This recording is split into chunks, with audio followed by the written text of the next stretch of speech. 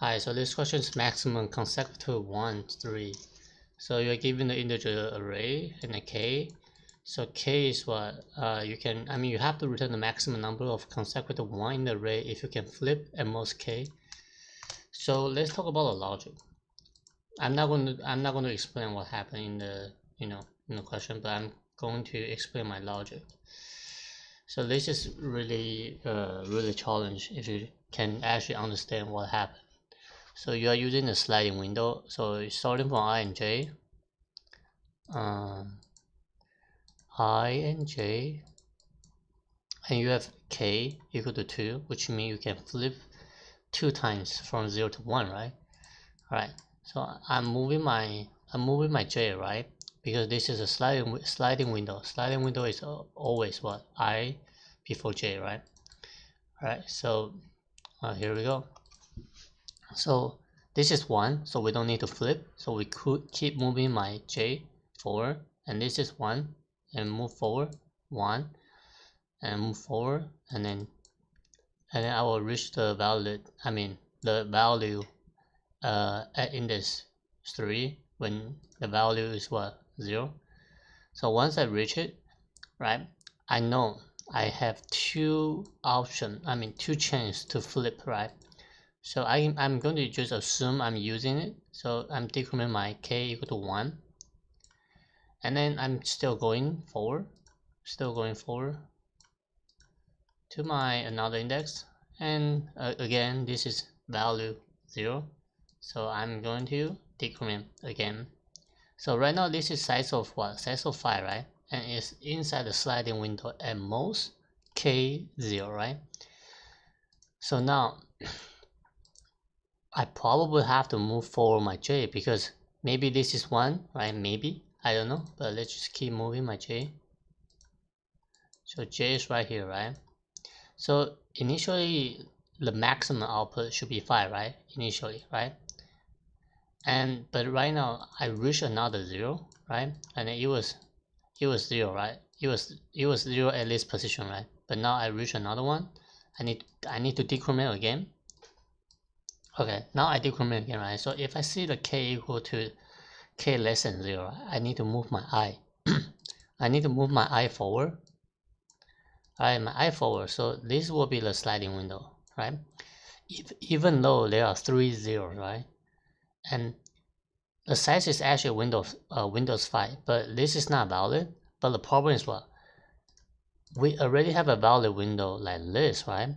So it doesn't matter like the current rate rectangle is not a valid flip. You are still in the maximum k windows position you're actually moving, right? So you definitely need to get the idea, right? And I'm still going to move my j. I need to move my j forward, and this is what this is actually 1, and still my k is actually less than 0.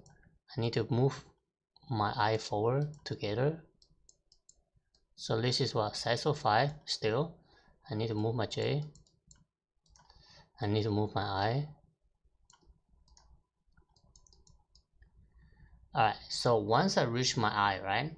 So once I reach my I equal to what? Equal to 0, I want to know if I get rid of this, right? If I get rid of my if I get rid of this position, I'm actually adding the value back, right?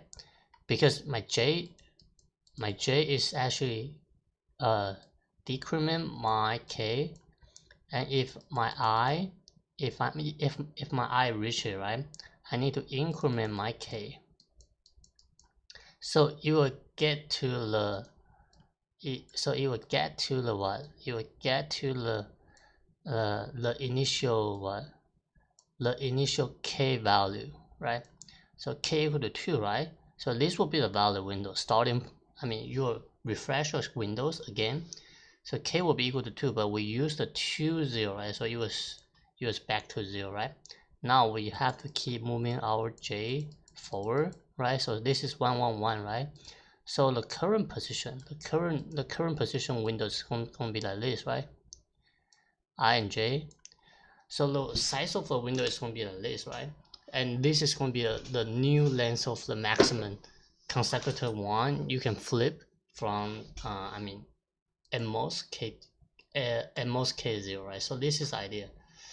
All right, so and then you'll just reach until the end, and then later on you'll just say j minus I will be the length, right? Because once you break out the while loop, once you break out the inner array, the j is definitely what equal to what nums of length, right? So this is pretty much the idea. So let's just start coding. So in I equal to 0 and also j equal to 0, and then the length is going to be j minus I. It doesn't matter the index is starting from 0 or not, because j will break out the nums array, and then you will become what becomes nums.length, right? Okay, so I already initial my j, so I just have to say j less than nums.length and then j plus plus. So if nums j is actually equal to 0, right, I'm actually decrementing my count k, and then if k is less than 0, I need to move my I, so I will be nums I plus plus, right? But I need to check my current value for I, right? So if my value for I is actually what is 1, I don't have to increment. I have to increment once this is 0, right? So it's going to be 1 plus 0, and then it does have to be k plus equal to 1 plus nums I, right? So just keep on track of the position. If this is 1, right? This should be minus, because 1 minus 1 is actually 0, so you don't actually do any adding to the k. But if you're adding, if you reach to 0, you are actually 1 minus 0, right? So you're adding a k by 1, right? So this is the idea. So let me run it. Submit. Alright, talk about the time and space. This is space constant. This is for time. All of n represent length of the nums array. So again, let's just put some breakpoint right over here, and then start debugging. And then just look at the windows. Just look at the left window, and then pause at any second.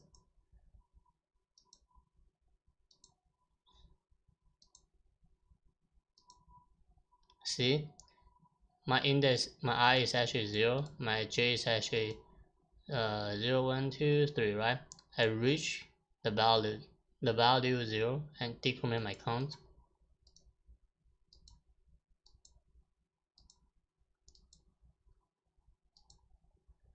Alright, so I'm at this position, and still k is what? K is 0, and I need to decrement. So once I decrement, right, I need to move my I. So just look at the k. So k is not changing, right? Because I have to reach until the value 0, then I will definitely increment my k. Alright. Yeah, back to here. So just look at the I and j, and then you will just find out the idea why the k is positive. Becomes positive.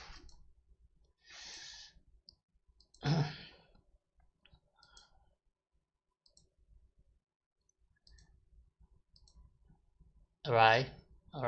So this is a solution. And still, if you still have question, leave a comment below, subscribe if you want it. And I will see you next time. Bye.